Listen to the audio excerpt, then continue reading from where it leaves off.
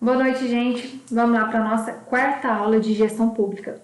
Gente, eu não sei se eu contei para vocês, já contei para outras turmas aí. Eu estou fazendo um tratamento na mandíbula.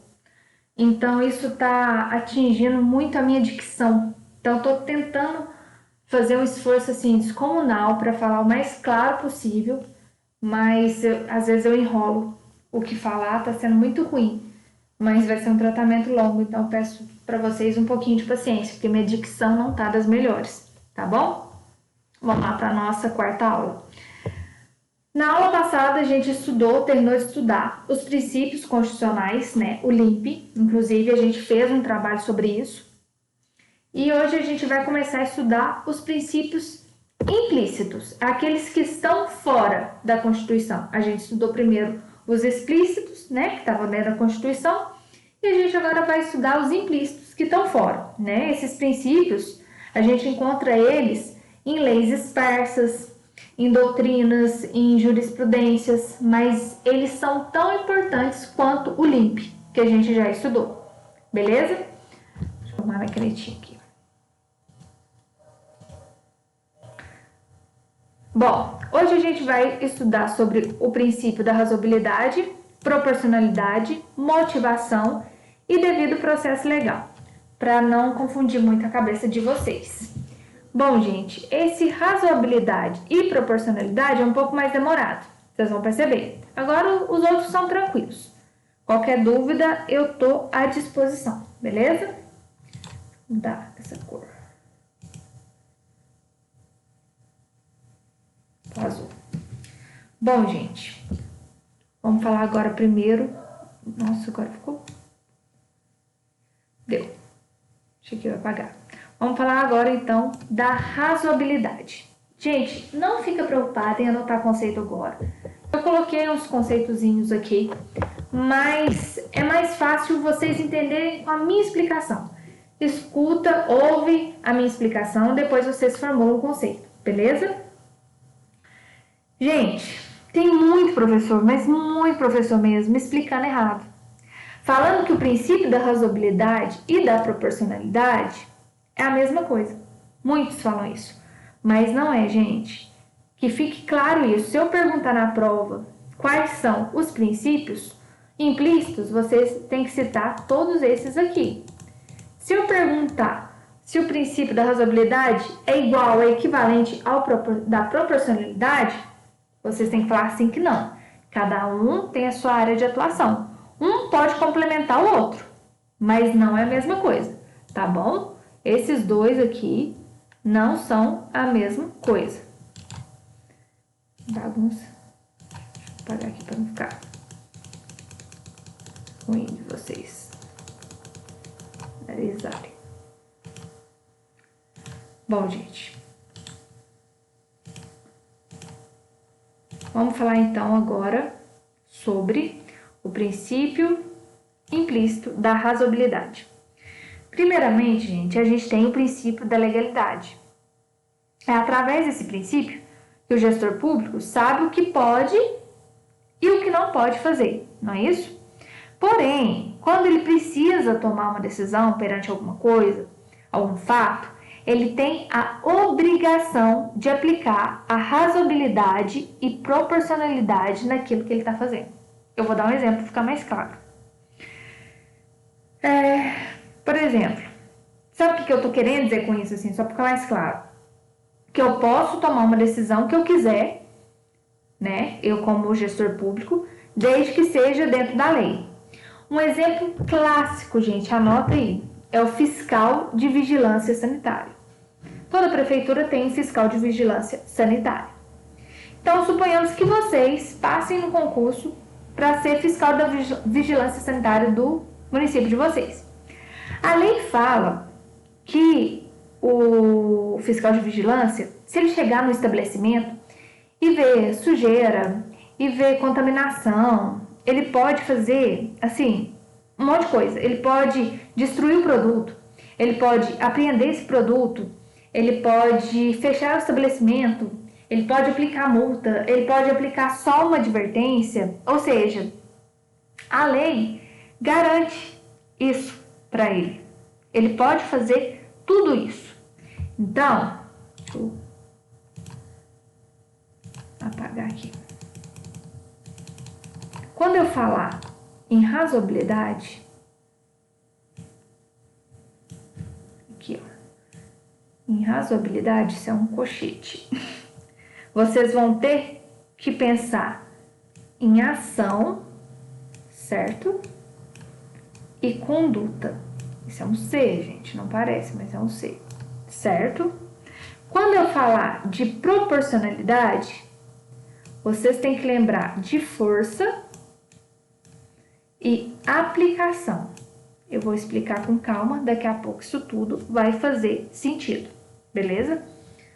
Suponhamos, vocês, agente fiscal de vigilância sanitária de Uatama, foi vistoriar duas empresas, gente, duas fábricas de manteiga, certo? As duas fábricas do mesmo porte, duas empresas de porte médio. Na empresa 1, na primeira empresa, você foi lá no estoque dela, aquele estoque com várias toneladas, você encontrou lá 10 potes de manteiga vencido, certo? No meio de todo o armazenamento deles. Na segunda empresa, você encontrou 1 tonelada de manteiga vencida. Tá entendendo a diferença? Na empresa 1, 10 potes de manteiga. Na empresa 2, 2 toneladas. Ou seja, metade do estoque deles estavam vencidos. Então, o que seria razoável a fazer aqui, ó, nesse caso? Que foi encontrado 10 potes de manteiga no meio de 2 toneladas, que era o estoque deles. O que seria razoável fazer? Vamos pensar, aplicar uma multa? Ou fechar o estabelecimento por 30 dias? O que vocês acham razoável fazer nesse caso aqui, gente? Aplicar uma multa, né? Eu acho que isso encontrou só 10 potes de manteiga no meio de 2 toneladas. Beleza, aplica uma multa aqui, ó, de, sei lá, um salário mínimo, que ela não vai deixar isso acontecer mais, né? Porque fechar o estabelecimento por causa de 10 manteigas vencidas no meio de 2 toneladas não é algo razoável, né? E nesse segundo caso aqui, que metade do estoque, 1 tonelada, estava vencido. O que é razoável? Multa ou fechar o local? Gente, fechar o local, né? Metade do estoque dele estava vencido. Pensa o dano à saúde pública. Entendeu? Então, aqui eu apliquei multa. Aqui eu fechei o estabelecimento. Eu como fiscal, vocês como fiscal da vigilância sanitária do município. Beleza? Bom, então a gente já teve a conduta aqui. A ação e a conduta de aplicar multa e de fechar o estabelecimento. Agora a gente vai falar sobre a proporcionalidade. Aí que entra a proporcionalidade. Lembrando que aqui, gente, aqui eu apliquei só a multa, né? De um salário. E aqui eu fechei o estabelecimento e apliquei uma multa de 1,5 salário. Beleza? Agora falando da proporcionalidade, né? Em ambos os casos eu apliquei a multa. Esse aqui foi uma multa de 1 salário, esse aqui 1,5 salário, inclusive fechei o estabelecimento. Nessa primeira empresa aqui, que tinha 10 produtos vencidos, eu apliquei uma multa de 1 salário. Nesse segundo caso, eu apliquei uma multa de 1,5 salário. Gente, isso é proporcional? Não é, né, gente? Se aqui tinha 10 manteigas, eu cobrei 1 salário, aqui com 1 tonelada, gente, tem que ser no mínimo uns 20 salários. Então, aplicar essa multa de 1,5 salário é desproporcional ao tamanho do dano. Vocês entenderam essa questão de proporcionalidade? Então, se vocês quiserem anotar para ficar mais simples, o princípio da Proporcionalidade é quando você tem uma conduta, né? Certo? Eu falei aqui no princípio da razoabilidade. E a força a ser aplicada por essa conduta, a força escolhida, no caso, a força escolhida pelo agente fiscal, tem que ser proporcional ao fato concreto que você, como fiscal da prefeitura, encontrou. Ou seja, o que foi o caso concreto aqui? 10 potes de manteiga, um salário mínimo, certo? O que foi o caso concreto aqui? 1 tonelada de manteiga vencida. O razoável aqui, ao meu ver, seria 20 salários mínimos e não 1,5 salário, entendeu? Comparando uma coisa com a outra, beleza? Então, gente, quando você, como agente público, como gestor público, no caso aqui, como fiscal, né, da administração, tem uma ação a ser tomada, essa aplicação dessa ação tem que ser proporcional. Assim, gente, a proporcionalidade, ela é uma consequência da razoabilidade, beleza? Toda vez que vocês tiverem que lembrar, ou às vezes eu coloco um caso concreto na prova para vocês analisarem, lembra desse caso da manteiga, que numa primeira tinha 10 vencidas e que na outra empresa, na segunda, tinha 1 tonelada. Que vocês vão saber explicar exatamente o que é razoabilidade e o que é proporcionalidade, beleza? Bom, vamos falar agora, deixa eu apagar aqui. Fica essa bagunça.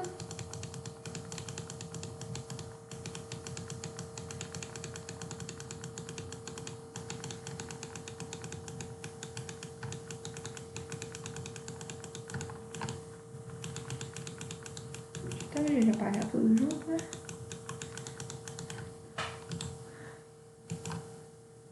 Bom, gente, agora a gente vai falar sobre o princípio implícito da motivação. Esse é bem fácil, beleza? Vamos lá. A motivação fala o quê? Que todos os atos da administração pública, dos gestores públicos, precisam ser motivados, certo? Todo gestor público deve deixar claro os motivos de fato e de direito que os levaram a tomar certa atitude. Tudo, gente, tudo tem que ser fundamentado. Por exemplo, o exemplo aqui da fábrica de manteiga, né? Qual que foi o fato que levou ele a aplicar a multa? Foi 10 manteigas vencidas. Foi 1 tonelada de manteiga vencida. E qual foi a fundamentação legal? Ele agiu dentro do direito dele? Agiu. Porque uma das prerrogativas do fiscal da administração pública, da vigilância sanitária, é fechar estabelecimento, é aplicar multa. Então, entendeu? Que no caso o agente público está totalmente motivado no caso do fiscal. Então, ele agiu com motivação. Ele não fez de picuinha. Por exemplo, não, eu vou lá na fábrica da Samara, porque eu não gosto dela, eu vou me aproveitar do meu cargo de fiscal e fechar a fábrica dela. Não, gente, não pode, né? Senão a máquina pública, a prefeitura, que é um exemplo mais próximo da gente, seria uma forma de se vingar, de tirar proveito próprio. Então, por isso que tem que haver esse princípio da motivação, para não acontecer esse tipo de coisa, beleza? Deixa eu apagar. Saudade de um quadro, né, minha filha?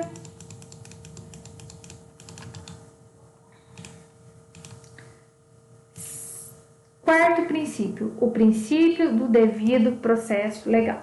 Gente, é o mesmo princípio, aquele da Constituição Federal, do artigo 5º. Tenho certeza que vocês estudaram em disciplina de direito público e privado, né? Vocês viram o devido processo legal quando vocês estudaram o direito público.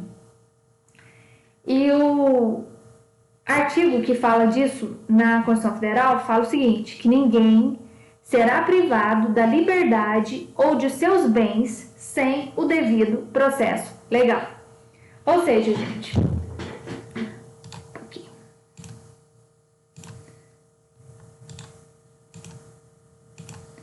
Você, servidor público, tá aqui você. Você é concursado, beleza? Você tem a garantia do devido processo legal. Não só concursado, todo mundo que trabalha dentro da administração pública, né? A não ser cargos comissionados, que é de livre exoneração, o prefeito ele pode te exonerar a qualquer hora, mas vamos supor aqui que você é concursado, beleza? E um dia o prefeito simplesmente ele acorda de mau humor e chega aqui e fala assim, olha, vou te exonerar, tá demitido. Gente, ele não pode te exonerar do nada. Você tem o direito constitucional, a garantia constitucional do devido processo legal. Você tem o direito de passar por um processo administrativo. Abre um processo dentro da prefeitura. Eu, como já trabalhei muito no jurídico de prefeituras, eu já participei de vários processos administrativos. E acontece como se fosse um processo judicial. Tem tudo. A inicial com a denúncia, a defesa, os prazos, oitiva de testemunha. Então, acontece exatamente esse processo administrativo, gente. Nesse caso aqui, que eu dei o exemplo, o prefeito chegou com a avó atrás do toco e te mandou embora. Mas, gente, pode acontecer casos que você realmente esteja errado. Por exemplo, já vi caso de servidor concursado que foi pego fazendo sexo dentro da administração pública, ou seja, que é algo mais grave que isso.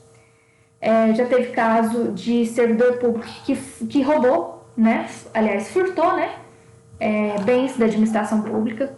Mesmo que você tenha culpa, mesmo que você tenha roubado a administração, mesmo que você tenha feito uma coisa horrível, pelo princípio do devido processo legal, tem que ser aberto um processo administrativo para averiguar tudo, ouvir as testemunhas e ser dada uma sentença administrativa para depois você ser mandado embora. Beleza? Eu vou falar só desses 4 para não ficar muito cansativo. Nossa aula já deve estar com uns 15 minutos. E na próxima aula a gente fala sobre esses 4 aqui. Beleza? Aqui eu coloquei um resuminho sobre cada um deles, mas eu acho que pela minha explicação fica um pouco mais fácil de vocês estudarem. Gente, não esqueça o resumo do caderno, né, sobre cada videoaula que eu posto, vale 2 pontos, beleza? Qualquer dúvida, eu tô por aqui. O horário da aula hoje, até acabar a aula, eu tô aqui à disposição. Pode me perguntar. Bons estudos!